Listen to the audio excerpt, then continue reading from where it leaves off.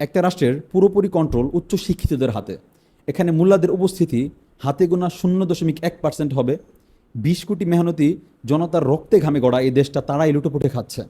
সচিবালয় হতে একটা স্কুলের পিয়ন পর্যন্ত, পাহাড় কাটার মতো দুর্নীতি, জাতীয় রাজস্ব বোর্ডের ডাকাতি, উন্নয়ন কর্তৃপক্ষ হতে জনপ্রশাসন, সব জায়গায় চোর ডাকাত। ভার্সিটির শিক্ষক নিয়োগ হচ্ছে 20 থেকে 30 লাখ টাকায়।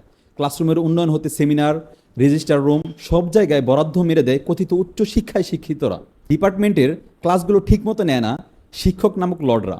এমন কোনো সেক্টর নাই যেখানে শিক্ষিতরা লুটপাট করছে না। একটা রাষ্ট্রকে তারাই তিলে তিলে শেষ করে দিচ্ছে। মানুষ ভাবে সব দোষ ক্ষমতাসীন রাজনৈতিক দলের। আসলে ভেতর থেকে সবচেয়ে বেশি দুর্নীতি এই রাঘব বোয়ালরাই করছে। দেশে পরমাণু গবেষণার বরাদ্দ আছে, গবেষণা নাই। হাসপাতালে বরাদ্দ আছে, আধুনিক যন্ত্রপাতি নাই। আবাসন ও টয়লেটের বরাদ্দও এরা মেরে খায়। এমনও ঘটনা আছে, রোগীকে সরকারি হসপিটালে নিয়ে যাওয়ার পর তারা বলে এখানে চিকিৎসা নাই, কিন্তু একই ডাক্তার প্রাইভেট হসপিটালে গিয়ে ওই রোগীকে চিকিৎসা করছে। হাজার কোটি টাকার ট্যাক্স খেয়ে এরা ভার্সিটিতে পড়াশোনা করে, আবার সরকারি সেক্টরে গিয়ে এরা জনগণের ছাল তোলে। তারা এমন ভাব নিয়ে থাকে যেন তারাই রাজা আর সবাই মাজলুম।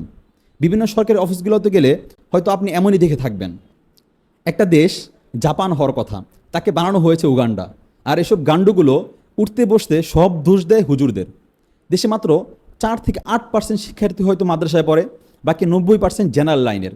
এই বিশাল 90% শিক্ষার্থী কি দেশটাকে প্রযুক্তিতে সিঙ্গাপুর বানিয়ে ফেলেছে?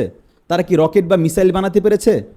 জনগণের ট্যাক্সের হাজার কোটি টাকা দিয়ে চলা অর্ধশত বিশ্ববিদ্যালয়গুলো থেকে কয়টা বিজ্ঞানী বের হয়েছে আপনি বলুন তো? আপনারা দেখে থাকবেন বুয়েট থেকে বের হয় অটো গাড়ি, চালু করার বিজ্ঞানীরা বানায় হাতি ঘোড়া আর পেঁচা। স্বাধীনতার 50 বছর পর ঢাকা ভার্সিটির অ্যাচিভমেন্ট হচ্ছে 10 টাকায় চা চপ সিঙ্গাড়া খাওয়া। শব্দ হুজুরদের।